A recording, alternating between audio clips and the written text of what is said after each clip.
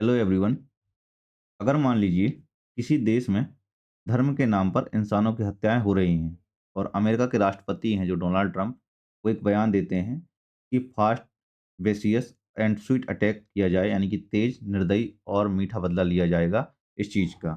तो दोस्तों, आज इस रिपोर्ट में हम बात करेंगे कि डोनाल्ड ट्रंप के उस बयान की जिसने पूरे अफ्रीका से लेकर वाशिंगटन तक इस टेंशन में डाल दिया है कि जनाब डोनाल्ड ट्रंप ने कहा है, अगर नाइजीरिया में ईसाइयों की हत्या नहीं रुकी तो अमेरिका द्वारा इसका नाइजीरिया पर हमला किया जाएगा, तरीके से हमला किया जाएगा। इस तरीके से हम इसको समझेंगे, लेकिन इसको समझने के लिए हमारे सामने कुछ कुल मिलाकर 3 पॉइंट हैं, इसको डिटेल के माध्यम से हम समझेंगे एक-एक तरीके का। पहला जो पॉइंट आता है कि ट्रंप का यह बयान जो है, यह सिर्फ़ धार्मिक राजनीति है या रिलीजियस पॉलिटिक्स है, अथवा अमेरिकी सैन्य दखल का एक प्रकार का बहाना है, यूएस मिलिट्री इंटरवेंशन है, कहाँ पर? नाइजीरिया में। वहीं सेकंड जो पॉइंट आता है, तो क्या नाइजीरिया में जो धार्मिक हिंसा अब अंतर्राष्ट्रीय सैन्य हस्तक्षेप को भुला रही है, क्या इस तरीके की धार्मिकता पर अंतर्राष्ट्रीय सैन्य हस्तक्षेप सही है या नहीं है? ये भी थोड़ी-सी हम बातचीत करेंगे।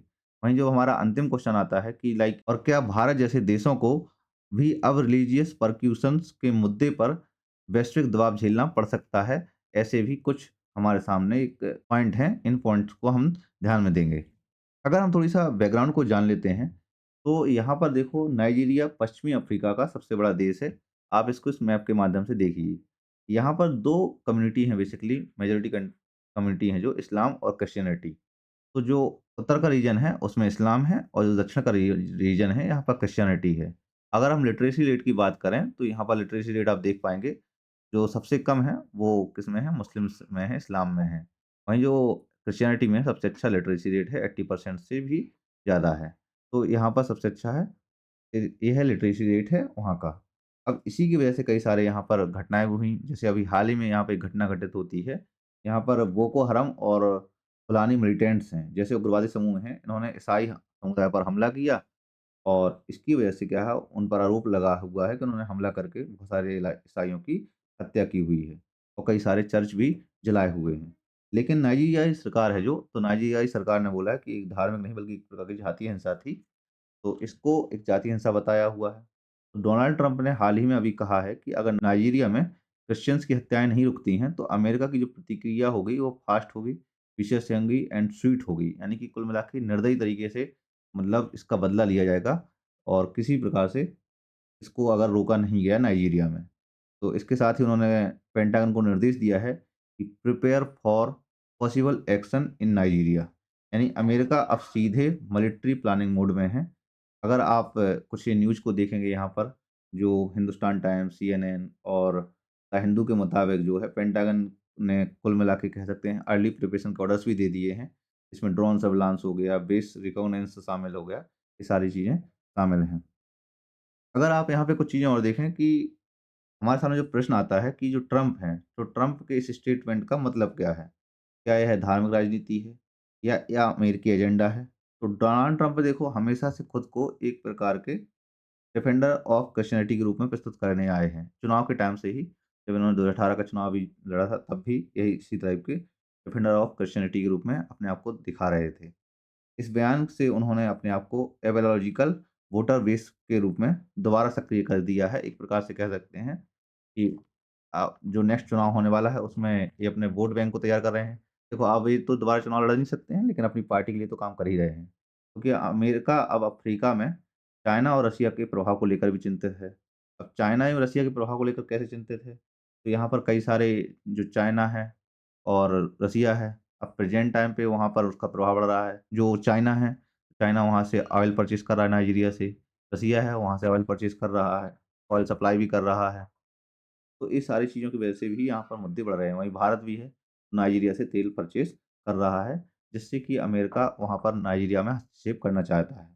अगर हमारे सामने सेकंड जो पॉइंट आता है कि जो रिलीजियस वायलेंस है या मिलिट्री स्ट्रेटजी है, ये सही है या नहीं है? देखो, इनवाइटिंग इंटरनेशनल मिलिट्री इंटरवेंशन, देखो नाइजीरिया में लंबे समय से तेल संसाधनों और जातीय नियंत्रण को लेकर संघर्ष चल रहा है। अब जो ये संघर्ष चल रहा है, तो अमेरिका का दखल का मतलब होगा कि अफ्रीका में एक नया प्रकार का नया पावर गेम स्टार्ट होना। अगर मतलब थोड़ी-सा पीछे जाकर आप देखोगे, तो कहीं पे भी चाहे वो वियतनाम हो, चाहे कहीं पे भी हो, तो हर जगह अमेरिका ने जो है ह्यूमन राइट्स और फ्रीडम के नाम पर हस्तक्षेप किया हुआ है। जैसे कि आपने अगर सुना होगा कि इराक वॉर में यही हुआ था। तो वहीं नाइजीरिया में भी यही पैटर्न दोहराने की कोशिश की जा रही है, इसी पैटर्न को दोहराया जा रहा है। इसी प्रकार से डोनाल्ड ट्रंप इस एक्शन को लेकर कह सकते हैं कि एक प्रकार का एक्शन करना चाह रहे हैं। अब देखिए यहाँ पर कि भारत पर इसका क्या असर होगा? तो भारत पर असर हो सकता है, क्यों असर होगा इसका? क्योंकि देखो सबसे पहले तो हम नाइजीरिया के साथ व्यापार करते हैं। दूसरा ये है कि भारत में भी समय-समय पर रिलीजियस फ्रीडम को लेकर अंतर्राष्ट्रीय रिपोर्टें आती रही हैं। अब अमेरिका अब जो है रिलीजियस प्रोसिक्यूशंस के मुद्दे पर सैन्य कूटनीतिक कदम उठाने लगा है। तो यह लगता है कि एक नया अंतर्राष्ट्रीय मानक होगा। मतलब लाइक अब ऐसा हो सकता है कि भविष्य में किसी भी देश की अंतर्धार्मिक स्थिति पर जो है विदेशी नीति का एक टूल बन जाए।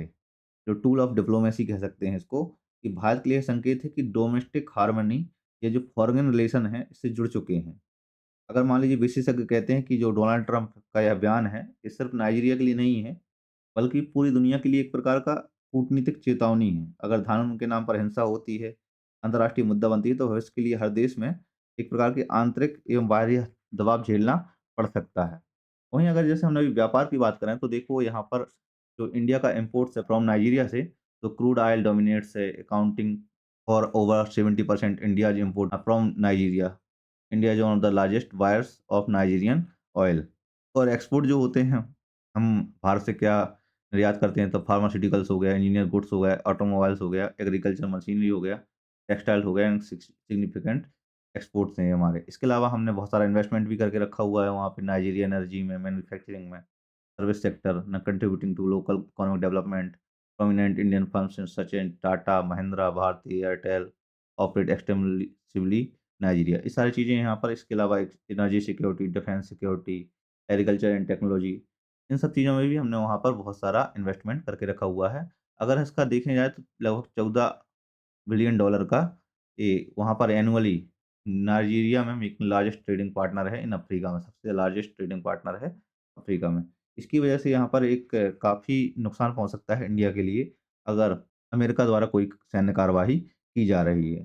तो उस कार्रवाई से बचने के लिए हमें, देखिए हम बार-बार बोलते हैं कि हमें डाइवर्सिफ़िकेशन करना है अपने व्यापार का, क्योंकि अमेरिका का बहुत सारा हस्तक्षेप हर जगह बढ़ रहा है। मान लीजिए हम किसी कंट्री से कर रहे हैं, अगर ए कंट्री से कर रहे हैं तो हमें बी से भी करना है और हमें सी से भी करना है।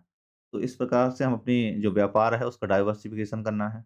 अब जैसे-जैसे अमेरिका का डोमिनेंस घट रहा है, चाइना का डोमिनेंस बढ़ रहा है, इंडिया का डोमिनेंस बढ़ रहा है, तो इस वजह से जो है कि अमेरिका अपने पावर गेम को दोबारा खेलना चाहता है अदर कंट्रीज़ में, छोटी जो जो भी कंट्रीज़ हैं।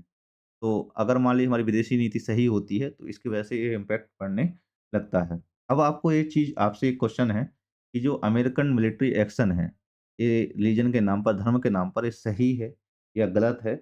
इसको बताना है आपको, कमेंट सेक्शन में बताना है, अपने विचार ज़रूर शेयर करना है और हाँ, इस वीडियो को अपने दोस्तों के साथ शेयर ज़रूर करना है। तो दोस्तों, अभी तक आपने चैनल को सब्सक्राइब नहीं किया है, तो इस चैनल को सब्सक्राइब ज़रूर कर लें और अपने दोस्तों के साथ शेयर इसको ज़रूर करें। धन्यवाद।